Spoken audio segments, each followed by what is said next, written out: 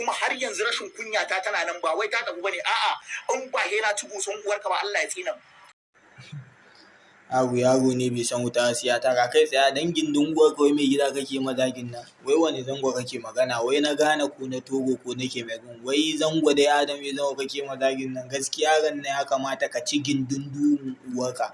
Kana wai kai ka rigar bala'i ka, to mu kanmu kullum a cinye yake, kanmu mu mun riga mun ci kai. Ka je Kaduna ka tambaya suwaye unguwar Shami, ka tambaya suwaye Bada Saifot, ka tambaya ina ne bakin boda, ina ne Abakwa.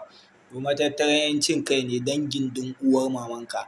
Akan zango za mu kashe babanka dan gindin uwarka. Kai da a ce na san inda kake ko. Daga nan zan kira rayuna in sa su ci gindin uwar babanka. Za su zane ka, za su yin bidiyo, za su turo min suna zane ka ba riga dan uwar mamanka. Me da ya kamata a ce yanzu a arewa shi ake zuwa taba kafan sha a mata baraki a haka industry, wai shi kake mazagin nan da yake kai illiterate ne, jahili, baka sani ba, baka so ka sani, ka koma makaranta. Kaji ka koma makaranta dabba. Wallahi ido na idan ka ko sai na ma karin kai dan uwar mamanka.